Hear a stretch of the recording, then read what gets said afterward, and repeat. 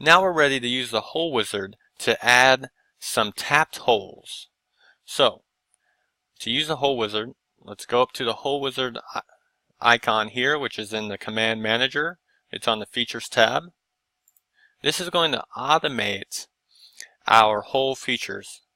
We have various types of holes. We have counterbore, we have countersink, we have just straight holes, tapped holes, legacy holes, slot holes, all sorts of things.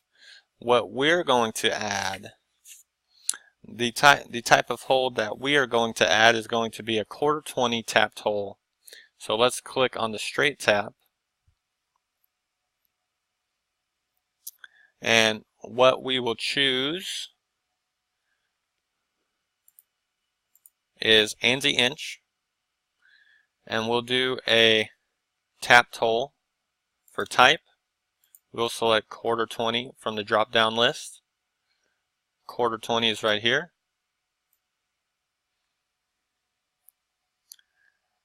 And our end condition is going to be up to next. What we want is to place the tapped hole on this face and for it to terminate on this face.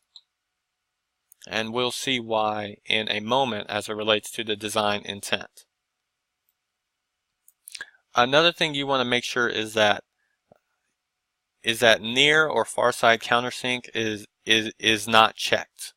We do not want that to be checked. And we want cosmetic thread to be indented. So now that we're done with the type, let's switch over to the positions tab and click on our face where we want to place this tapped hole. So click on this outer planar face here. And by default, I am in the sketch point command, which is going to allow me to place my hole down on this face. But I'm not quite ready to do that yet. So how I can get out of this sketch point command is go up to the command manager and deselect point. Now I'm not in the process of placing a hole down. Now I can put some construction geometry to make placing the hole or locating the hole easier for me. So I'll go and get a center line. And then what I'm going to do is I'm going to go from the quadrant of the inside circle, and you can see it pop up in yellow there. And I'm going to go to the outer quadrant here. And if you haven't figured this out already, you can double click to get out of a command. You can see that my construction line is fully defined. So I'm ready to use it to place my tapped hole right in the middle of this thickness here. So I'll go up to the sketch panel and click on point. This is how I place holes down. And I simply select the midpoint of my construction line. I can see a preview of it here. And I can hit the green check mark to confirm. Now here it doesn't really look like this is a tapped hole, right? So there's a setting we can change to make this appear as a tapped hole, but not take up a lot of processing power from our computer. You can go to the Feature Manager Design Tree and scroll up to Annotations. Right click on Annotations, click on Details, and then click Shaded Cosmetic Threads here. Again, that's Shaded Cosmetic Threads. Click OK, and now it appears as a threaded hole. This is what we wanted. This is exactly what we wanted. And what we want is this hole to be patterned. We want this hole to be patterned 6 times around this planar surface. So how we can do that is go to the pattern section of our features tab of our command manager. And the pattern, it's going to be feature driven, so it's going to be driven by a feature that already exists. That feature that is going to drive the pattern is going to be our tapped hole. So we don't want a linear pattern. We can click the down arrow and click circular pattern along with a bunch of other options. Click circular pattern. And the very first thing that you select is the pattern axis.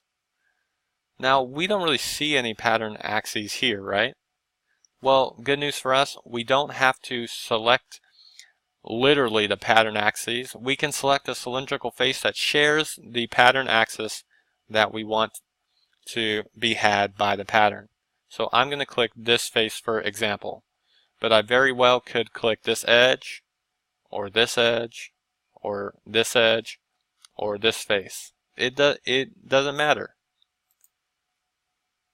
And then what I'll do is I'll select the number of instances, how much I want them to go around, and if I want them to be equally spaced or not. I do want them to be equally spaced.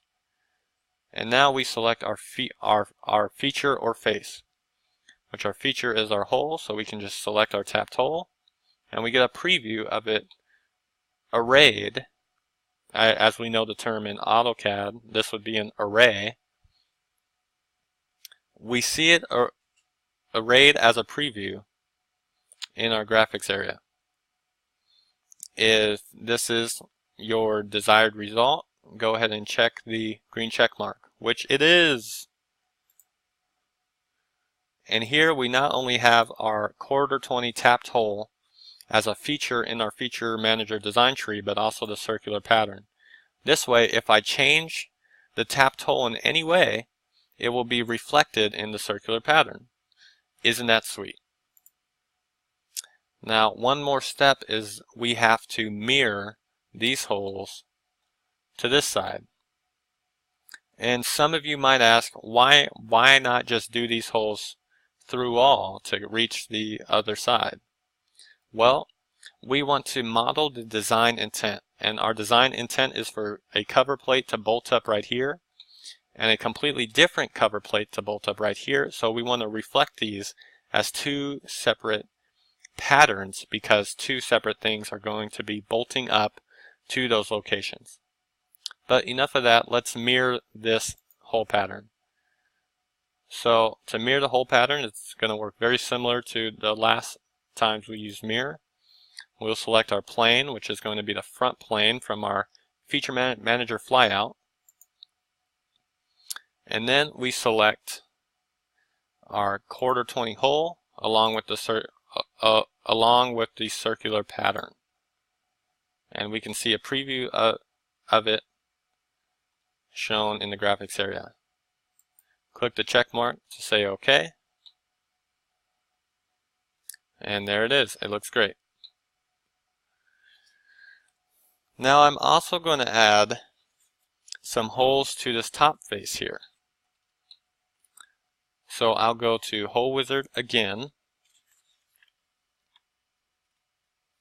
And the type of hole I'm going to have this time is it's still going to be a straight tapped hole. But this time it will be number 632. So with that selected, we will do a end condition blind,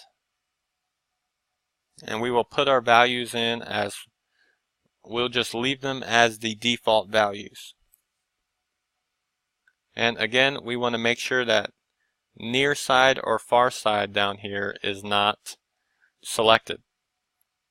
So switch to the Positions tab, select a face that you would like to place your holes on,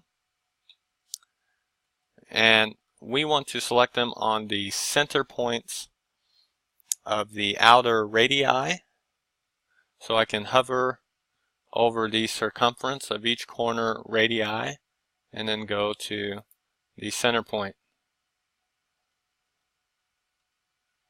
I could linear pattern these once I got one, but there's only four of them for now, so it's not as big of a deal. And how I'm zooming in and zooming out, I'm using my mouse scroll wheel. I could also easily shift and use my mouse wheel to pan. And now I'm going to double check by unselecting my point so that there's not a big point in the way. Now click somewhere outside the graphics area or somewhere outside the part to make sure that my points are black, because that means they are fully defined, they are coincident with the center points of my corner radii, which they all are. I can hit the green check mark for OK. This is wonderful, isn't it? And now what we have to do is we have to add some slots, and we have to add a couple more fillets, which we'll get to in the next video.